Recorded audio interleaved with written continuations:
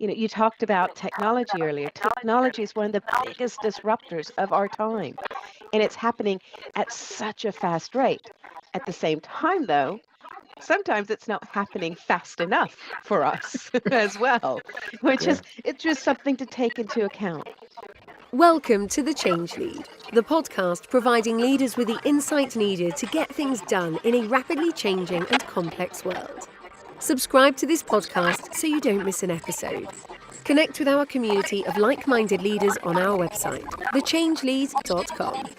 Welcome to The Change Lead with your host, Babasope Ipiyumi.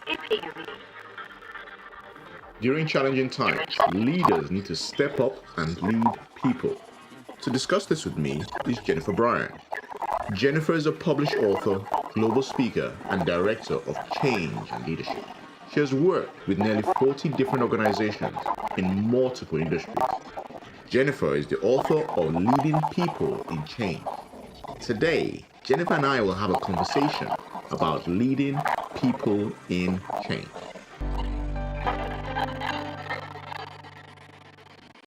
Hi, Jennifer. Really great to have you join me today, and I'm really looking forward to today's conversation. Yeah, no, fantastic. Thank you very much, Babs, for inviting me. I think this is going to be fun. Indeed. To get started, I'd like to reference your book, actually, Leading People in Change. So I think somewhere early on in the book, there's this phrase that got my attention. You said, there can be no learning without change, and there can be no change without learning. So I think that's quite insightful.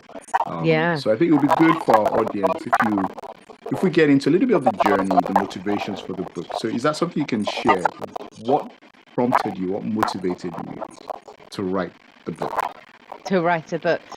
Well, first of all, I started off in learning and development, actually, and I got into change through learning and development because to me, those two things very much go hand in hand.